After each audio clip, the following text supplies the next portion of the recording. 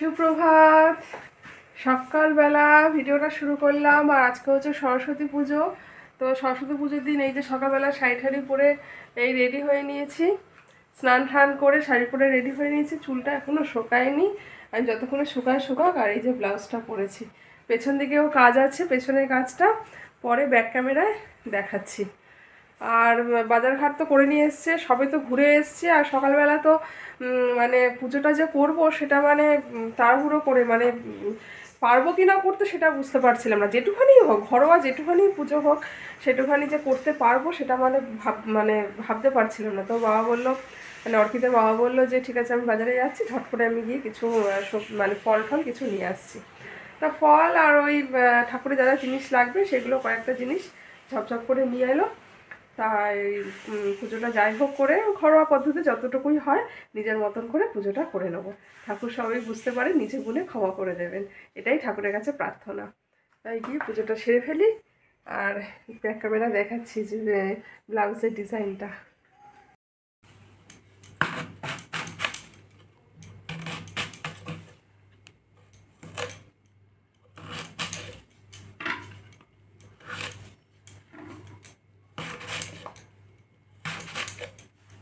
মানে সরস্বতী পুজোর দিন আগের দিনই আমরা ঘুরে এসেছি আর কি। মানে সোমবার সরস্বতী পুজো ছিল, আর রোববার দিন আমরা রাত তখন প্রায় 11টা বেজে গেছে, তখন আমরা এসেছি। আর সেই শীতের রাত তো যেন কুয়াশা চারিদিকে, আর সেই ধোঁয়ার মধ্যে দিয়ে যেন বাইক চালিয়ে আমরা যাচ্ছি। মানে যেখান থেকে লঞ্চটা ছেড়েছে সেখানে একজন চেনাশোনার বাড়ি ছিল, সেখানে আমরা বাইকটা ওখানেই রেখে দিয়েছিলাম, কারণ ওখান থেকে রাতে ফেরার অসুবিধে, বা আমরা এখান থেকে যাওয়ার দিনই বা কীভাবে যাব, হয়তো গাড়ি ঘোড়া পেয়ে যেতাম, কিন্তু ফেরার সময় অত রাতে তো কিছু পেতে অসুবিধে হয়ে যেত। তাই জন্য আমরা বাইকটা তাদের বাড়িতে রেখে দিয়েছিলাম। তো 3 দিন মতন তারা রেখেছিল, এবং আরও 2-1জন রেখেছিল যারা এরকম দূরে যাবে। তো সেই ওদের বাড়ি থেকে বাইকটা নিয়ে রাতের বেলা আসছিলাম। তা সে রাত তখন অত রাতে তো সে কি ভয় লাগছে, ভয়ের থেকে বেশি না কেমন একটা যেন মানে মনে হচ্ছে। আর এই যে ধুনো দিচ্ছি, এই ধুনোতে যে কর্পূর দিলাম, ধুনো দিলাম আর তার সাথে একটু কর্পূর দিয়ে দিলাম। এইভাবে ধুনো দিলে মানে বাস্তুমতে বেশ শুভ হয়। তো ওই দিন যখন রাতের বেলা ফিরছিলাম, তো মানে এত কুয়াশা, মানে এই একটুখানি যাচ্ছি, মানে মনে হচ্ছে ধোঁয়ার মধ্যে যেন ঢুকে যাচ্ছি। হ্যাঁ, আবার কিছু দূর যাচ্ছি, সেখানে আবার কুয়াশা নেই, আবার একটু যাচ্ছি, মানে যেন মনে হচ্ছে ধোঁয়ার মধ্যে দিয়ে আমরা যাচ্ছি, তার মধ্যে যেন ঢুকে যাচ্ছি, মানে পাশের লোককে যেন দেখা যাচ্ছে না, এমন একটা মানে দৃশ্য। হয়তো ভিডিওটা ক্যাপচার করতে পারলে ভালো হতো, কিন্তু ওই রাতের বেলা ওই অন্ধকারের মধ্যে আর হয়নি, বা তখন একটা অন্যরকম আতঙ্ক, ভয়, কখন কতক্ষণে বাড়ি ফিরবো, তো ওই ভেবে আর হয়নি।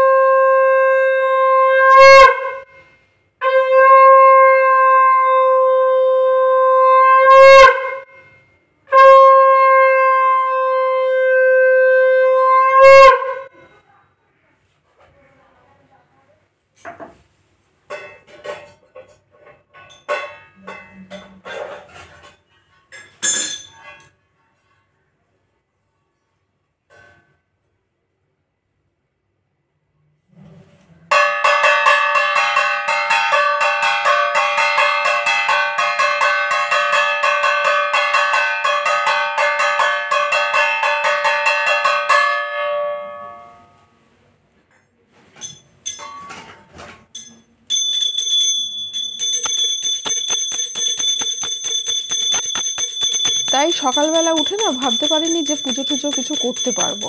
তার কারণ হচ্ছে ওই একটু বাজারঘাট তো অল্প কিছু যা হোক করতে হলো। তো যাই হোক, অর্কিতের বাবা বললো যে যা এনে মোটামুটি এনে দিচ্ছে, তুমি এই দিয়েই পুজোটা সেরে নাও। তো তাই করলাম। একদম পুজো না দিয়ে থাকবো, তো যেটুখানি সম্ভব হলো সেটুখানি করে নিলাম। তারপরে আবার একজন বলছে কি, ওখানে একটা তাল গাছ ছিল, তো অনেকেই তাল গাছ ছিল, বলছে একটা তাল গাছে ঝোপ আছে, সেখানে নাকি ভূত থাকে, সেরকমভাবে বলছে। তা আমি বলছি দূর, এইসব আমি বিশ্বাস করি না, মানি না। কিন্তু তবুও যতই না করি, ওই রাতের বেলা যদি ওরকম কিছু কথা শোনা যায় যে এই তাল গাছে ভূত আছে, একজন নাকি ওই তাল গাছের নিচ থেকে যেতে গিয়ে পুষ্প স্পর্শ করিয়া ওম পুষ্পে পুষ্পে মহাপুষ্পে সপুষ্পে পুষ্প সম্ভবে পুষ্প চয়া চয়া বিকীর্ণে হুম ফট সাহা। তার একজন নাকি তাল গাছের নিচ থেকে যেতে গিয়ে তার নাকি বাইক উল্টে পড়ে গেছে, উপর থেকে নাকি কি হাতছানি দিয়েছে সেরকম দেখতে পেয়েছে, এরকম নাকি হয়েছে। তো যাই হোক, যার যেরকম হয়। তো ওই একটুখানি শুনছিলাম কেমন একটু লাগছিল। আর তারপরে এই যে আমি রান্নাঘরে চলে এসেছি, এরা পুজো টুজো তো সারা হয়ে গেল। তারপরে রান্নাঘরে চলে এসেছি, খিচুড়ি করেছি। চালে ডালে অনেকটা বেলা হয়ে গেছিলো, তো চালে ডালে না একসাথে ফোড়ন দিয়ে আলু দিয়ে কুমড়ো দিয়ে আমি ওই প্রেশারেই খিচুড়ি বসিয়ে দিয়েছিলাম। তো 2টো সিটি পড়লো, খিচুড়ি রেডি হয়ে গেছে। তো এইভাবে খিচুড়ি তাড়াতাড়ি করে নিলাম। না হলে যদি হাঁড়িতে করে করতাম না তাহলে একটু সময় লাগতো, কিন্তু এই প্রেশারে বসিয়ে দিলাম। টেস্টটা হয়তো 19-20 ওই একই হবে, একটু এদিক ওদিক, কিন্তু তাড়াতাড়ি হয়ে গেছে। খিদে পেয়ে গেছে, তো এদিকে বেগুন ভাজা করে নিয়েছি আর ওই খিচুড়ি, ব্যাস। তার কারণ দুপুরবেলা আমাদের নিমন্ত্রণ ছিল, তো একজনের বাড়িতে, মানে মাস্টারমশাই, তিনি বাড়িতে সরস্বতী পুজো করেন। তো অঢেল প্রচুর লোক খাওয়া দাওয়া হয় সেখানে, স্টুডেন্টরা তো থাকে, আর এছাড়াও অনেক লোকজন খাওয়া দাওয়া হয়। তো সেখানে নিমন্ত্রণ ছিল, তো নিমন্ত্রণ ছিল সেখানে। তো সেই হিসাবে বেশি কিছু আর রান্নাবান্নাও করিনি। সকালে টিফিন যেটুখানি না খেলে নয়, অনেকটা বেলাও হয়ে গেছিলো সেই জন্য। তো আর তারপরে পুজো, আমাদের পাড়ায় যে পুজো প্যান্ডেল হয়ে আছে সেখানেও কিছু ফল প্রসাদ দিয়েছে। হ্যাঁ, তো এই করে অর্কিতের বাবাও তো এরকম ঘুরে ফিরে খাওয়া দাওয়া হচ্ছে। তো ওই জন্য আর খুব একটা খিদে থাকে না। তারপর বেলা হয়ে গেলে দেখবেন যে খিদেটা যেন কেমন চলে যায়। তারপর তো ছাদে চলে এলাম, ছাদে এসে জামাকাপড়গুলো তুলে নিয়ে বিকালে একেবারে চলে গেলাম। এটা একদম সন্ধ্যেবেলা। পাড়া সরস্বতী পুজোতে প্রোগ্রাম মানে খেলা হয়েছিল, সেই খেলাতে ফার্স্ট প্রাইজ পেয়েছি। মানে ওই দিদি নম্বর মানে হয় না, হেডফোন রাউন্ড, তো সেটার ভিডিও করা হয়নি। তার কারণ তখন অনেকগুলো খেলা হয়েছে, তো এবার কোন খেলাটা ছেড়ে কোন খেলাটা ভিডিও করব, আদৌ কোন খেলাটা জিততে পারবো সেরকম তো ব্যাপার ছিল না, বুঝতে পারিনি, সেই জন্য আর ভিডিও করা হয়নি। তো সেই খেলাতে ফার্স্ট প্রাইজ পেয়েছি। তো সেই প্রাইজ আনতে যাচ্ছি। আর সরস্বতী পুজোয় আমাদের পাড়ায় খাওয়া দাওয়া রয়েছে, ফ্রাইড রাইস আর চিকেন কষা, আর তার সাথে ফুলকপির রসা, এইগুলো খাওয়ানো হবে। তাই সেই যাচ্ছি এখন।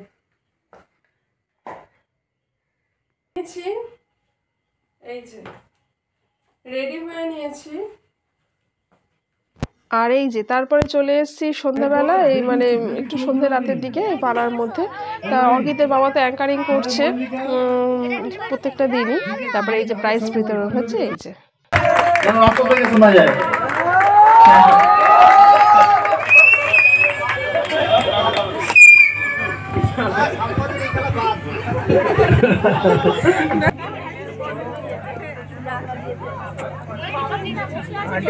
তৃতীয় হয়েছে সায়েন্টিস্ট, তৃতীয় নাম 3 নম্বর সায়েন্টিস্ট অঙ্কিত। অঙ্কিতের হাতে পুরস্কার তুলে দিচ্ছে টুম্পা।